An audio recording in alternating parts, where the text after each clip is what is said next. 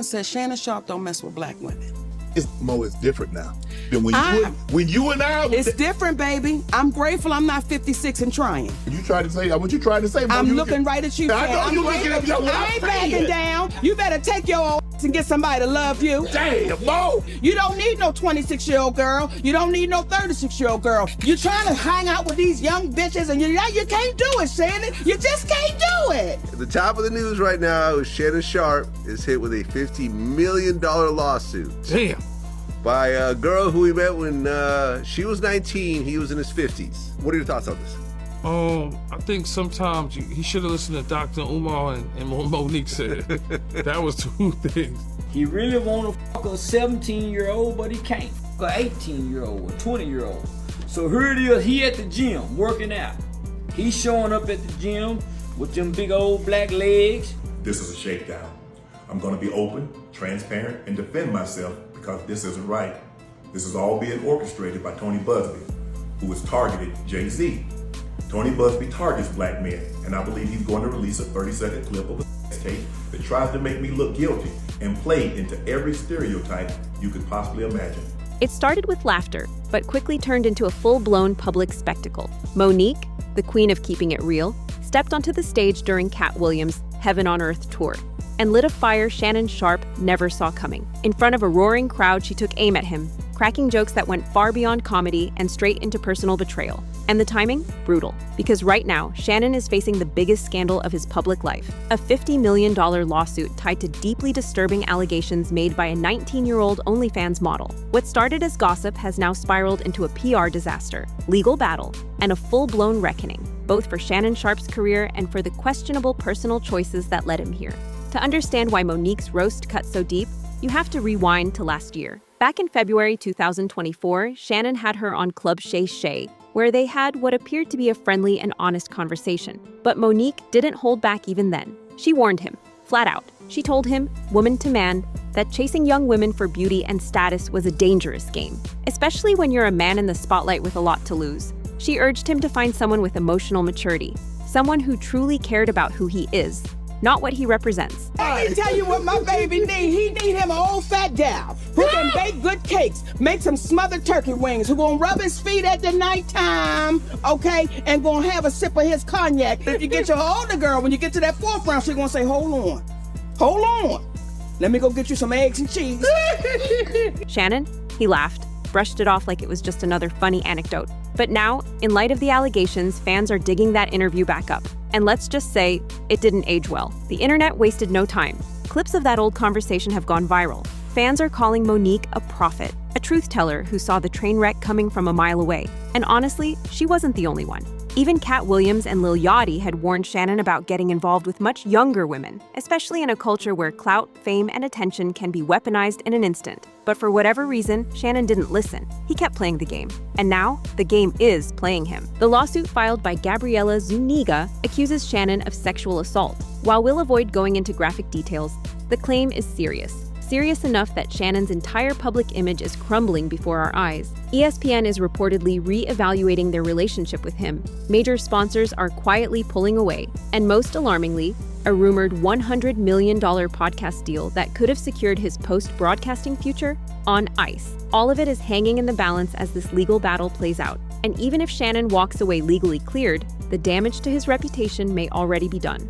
What's made the situation even more uncomfortable is the growing body of evidence that paints a pattern, not a one-time lapse in judgment. Monique, in her now viral comedy roast, didn't just take cheap shots. She used her platform to expose a deeper, more disturbing narrative that Shannon has a preference for molding young women to fit a certain image. She joked about him allegedly offering Gabriela money for breast implants, about how he seems to gravitate toward women who still look like they're in high school. The jokes were dark, biting, and uncomfortable, but they were also tapping into something fans had already started whispering about. Then came the leaked texts. And that's when things really got messy. Screenshots allegedly between Shannon and Gabriela surfaced online, filled with racially charged language and bizarre sexual references. Phrases like "put a big black baby in me" and "baby gravy" were tossed around. Words many critics argue reflect a disturbing racial fetishization rather than mutual intimacy. While Gabriela appeared to be the one saying them, a growing number of voices online believe Shannon might have introduced that language. The implication? That he was engaging in race play.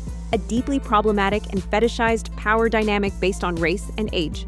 People are disgusted, not just because of the language, but because of what it represents: an older, powerful man allegedly exploiting both his status and racial dynamics for gratification. And the backlash is brutal.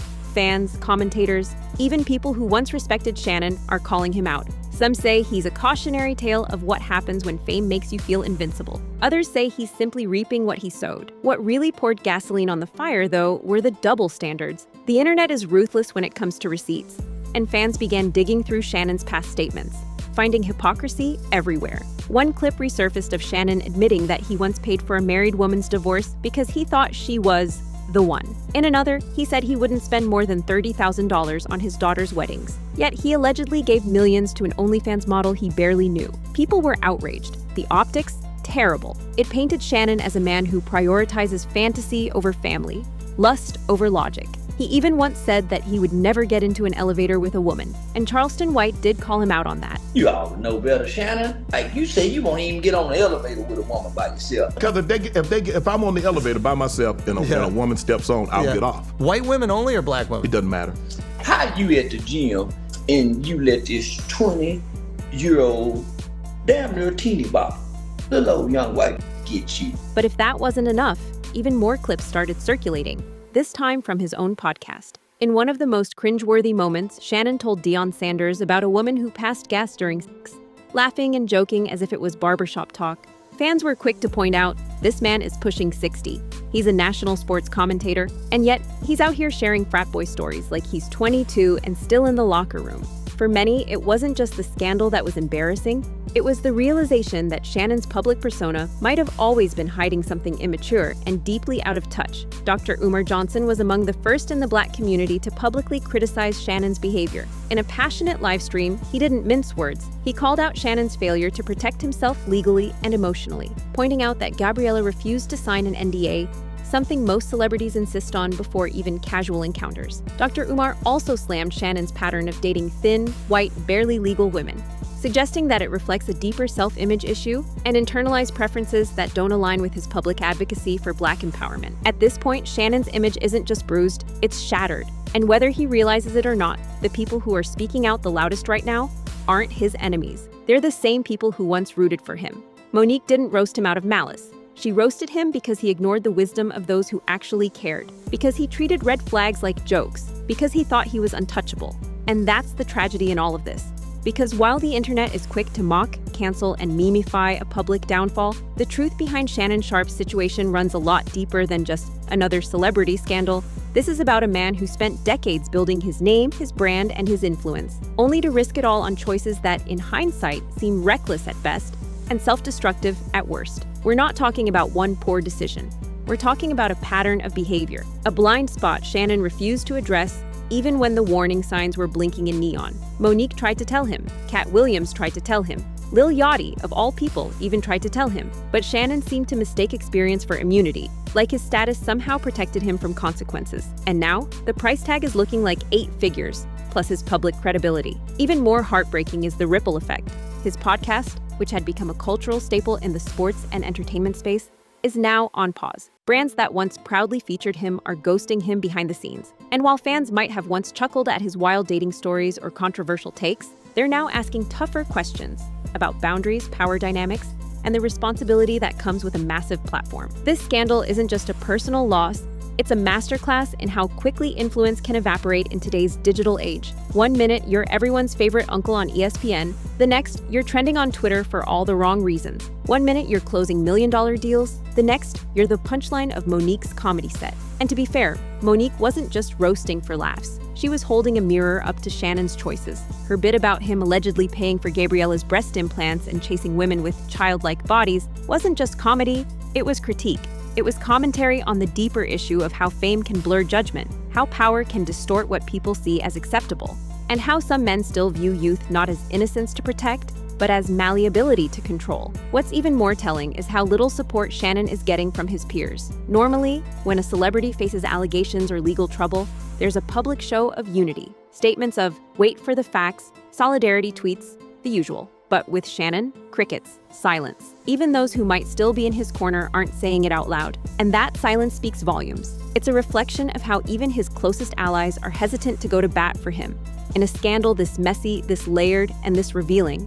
And here's the part people aren't talking about enough. What happens next? Because Shannon Sharpe's career may not be completely over, but the road to redemption is long, and there's no Jeeps for this kind of damage control. If he hopes to bounce back, it won't just be through PR statements or interviews. It's going to take real change, real accountability, real reflection. That means reevaluating the women he chooses to engage with. It means separating fantasy from reality. It means acknowledging the fact that some of his past podcast content, while entertaining, crossed lines that a nearly 60-year-old media figure probably shouldn't be crossing, especially if he wants to be taken seriously in the next phase of his career. It also means recognizing the bigger cultural moment we're in. We're living in a time when celebrity behavior is under a microscope, when younger women are more empowered to speak out, and when digital receipts never go away. The internet never forgets. And in Shannon's case, the receipts just keep coming, from the texts to the interviews to the resurfaced podcast clips. But even amidst all of this chaos, one thing is becoming crystal clear. Monique wasn't trying to humiliate Shannon, she was trying to wake him up. And unfortunately, that wake-up call came too late. What Shannon Sharpe is facing right now isn't just a lawsuit, it's a reckoning, a dismantling of the image he worked so hard to build. And it's not because he wasn't warned, it's because he didn't listen. He thought charm could carry him, he thought money could insulate him, but the culture has shifted. The stakes are higher, and there are no more free passes for men who operate like it's still 2003. This moment isn't just about Shannon, it's about the countless men in power who think they're above consequences, who see youth as a prize instead of a responsibility, who believe they can pay their way out of accountability. And maybe, just maybe, Shannon Sharpe's downfall will serve as a cautionary tale for those who are headed down the same road. So where does he go from here? That's the million-dollar question. Or in this case, the $50 million one. Maybe Shannon lays low. Maybe he fights the lawsuit and wins, but still loses the public's trust. Maybe he comes back with a new message, a new mission, and a lot more humility. Or maybe this really is the beginning of the end for a man who once seemed untouchable. Whatever the outcome, one thing is certain. The next few months will define the rest of his public legacy. And hey, if there's a silver lining to all this, it's that people are finally starting to value truth-tellers like Monique.